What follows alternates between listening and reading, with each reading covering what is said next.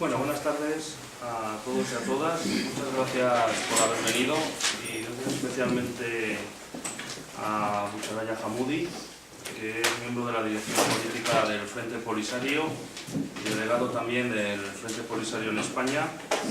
Esta charla se enmarca en un ciclo que queremos abrir en la Asociación Cultural Poeta Miguel Hernández sobre cuestiones africanas. Hace tiempo que ya pensamos en diferentes reuniones que tuvimos en tratar este tema. Hemos abordado otros como la crisis económica, como la guerra de Afganistán, como diferentes realidades de América Latina, Bolivia, Cuba, Venezuela.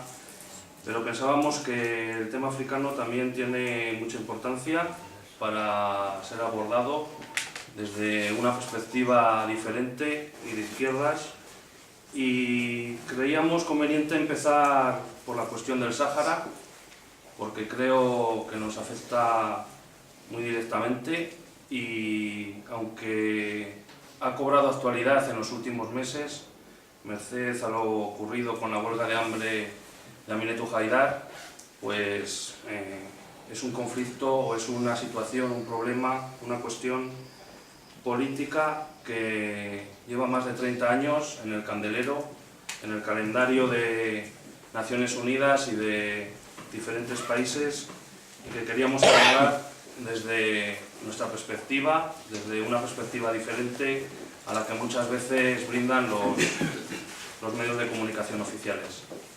Bueno, reiterando una vez más el agradecimiento a todos y a todas por venir, cedo la palabra a quien es el protagonista de hoy, que es Bucharaya Hamoudi. Bueno, pues muchas gracias. Yo quisiera agradecer a la Asociación Cultural Poeta Miguel Hernández esta iniciativa y haberme invitado, y que trataré, bueno, pues en mi exposición de proyectar un poco más de luz, un poco más de claridad sobre la situación occidental, sobre la situación en que se encuentra el conflicto que se enfrenta a Marruecos a raíz de la ocupación que ha hecho de Sáhara Occidental. Voy a tratar de recordar un poco de historia a fin de que nos ubiquemos en dónde estamos, de qué se trata. El Sáhara Occidental se encuentra en la parte noroeste de África, es una extensión de territorio de 284.000 km², limita al norte con Marruecos, al noreste con Argelia, al este y al sur con Mauritania, y al oeste limita con el Atlántico con una costa de más de 1.400 km. Está a menos de 100 millas de la isla Canarias. El Sáhara Occidental le tocó a España en el reparto que hizo Europa en 1885 en la Conferencia de Berlín. Ese reparto que hizo la potencia europea de África, pues esa parte de África le corresponde a España. Aunque la presencia efectiva de España en el territorio se hizo a partir de los años 20 del siglo pasado.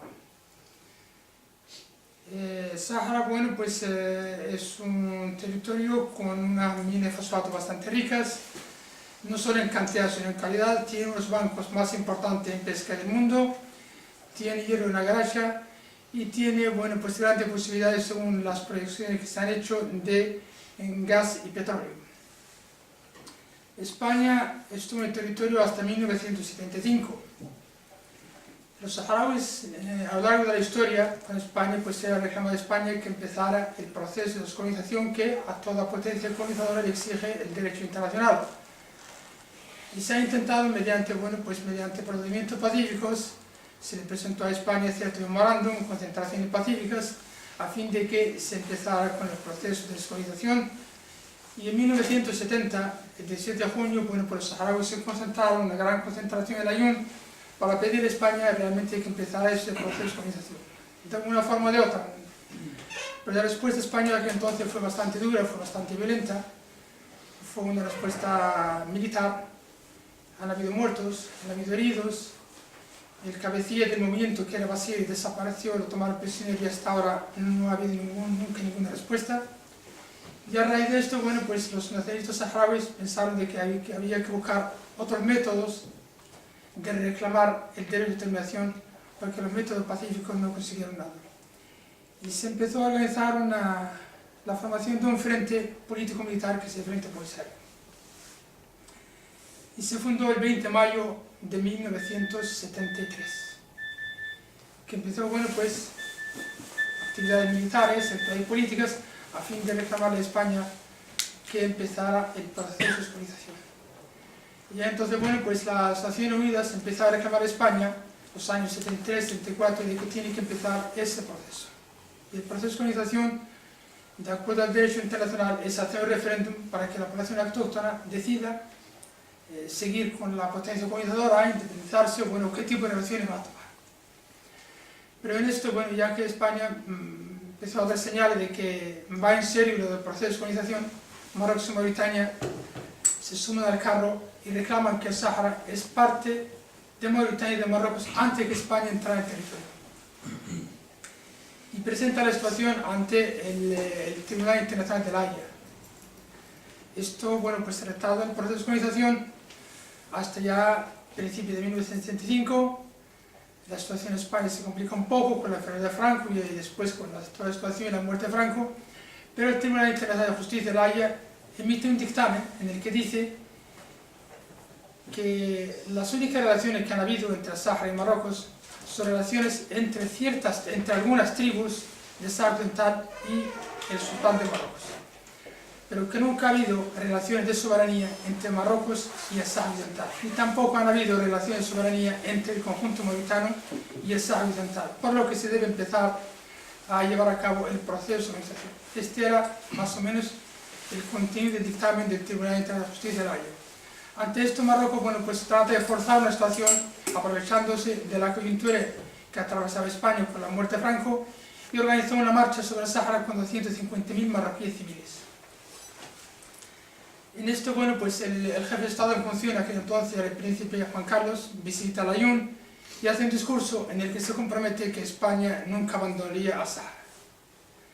En ese momento, el embajador de España en la ONU, que era Jaime de Peñés, luchaba casi a brazo partido para defender que se llevara a cabo el proceso de descolonización.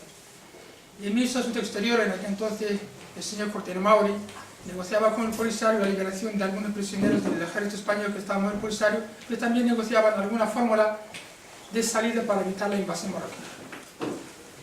Pero en esto, en Madrid, estaban cocinando otra cosa. El gobierno de Navarro estaba cocinando un acuerdo con Marruecos y Mauritania para entregar el territorio. Marruecos da marcha atrás en su retiro de la Marcha Verde después de que la frontera le da orden para retirarse, pero bueno, esa marcha de 250.000 civiles no es más ni menos que la cobertura para que entre el ejército. Se firman los acuerdos en Madrid, lo que llaman los acuerdos del Partido de Madrid, que en virtud de los cuales España entrega el territorio de Mauritania. Son acuerdos totalmente ilegales porque no le reconoce el derecho internacional, ni se consulta con el Estado del pueblo saharaui, ni nunca fueron publicados en ningún boletín oficial del Estado de España, ni nunca fueron aprobados por la Corte Española. Por lo tanto, son acuerdos totalmente ilegales. España precipitadamente entrega el territorio y empieza a recoger del Sahara. Por lo tanto, abandona a los saharauis a su suerte y los invaden el ejército marroquí para el norte y el ejército mauritano para el sur. Bueno, esto provoca una situación muy difícil, un éxodo en invierno, con pocos medios, bastante gente muere en el camino, de enfermedades, del hambre, del frío. Si a esto le añadimos que los ejércitos mauritanos y marroquíes practican la política de tierra quemada, querían forzar la ocupación a cualquier precio. La población en el interior tratan de obligarla a ir a las ciudades, bombardean las poblaciones civiles en Mudrega, en Guilta, en otros sitios, con napalm y con fósforo blanco. Incluso llegan a lanzar gente viva de helicópteros y enterrar gente en fosas comunes. Y esto lo dijo el Polisario el primer día, pero el año pasado le reconoce el gobierno de Marruecos de que esto fue así. Fue prácticamente un genocidio, mucha gente desapareció, mucha gente murió, se encarcelaba a cualquiera simplemente por decir que no estaba de acuerdo con la ocupación. Y en esto, bueno, pues hace 2 años la Audiencia Nacional Española aceptó una querella contra 19 altos cargos políticos y militares marroquíes que habían participado en ese genocidio, porque realmente fue un genocidio. Empieza la guerra en condiciones muy desiguales, 2 ejércitos, mauritano y marroquí, y nosotros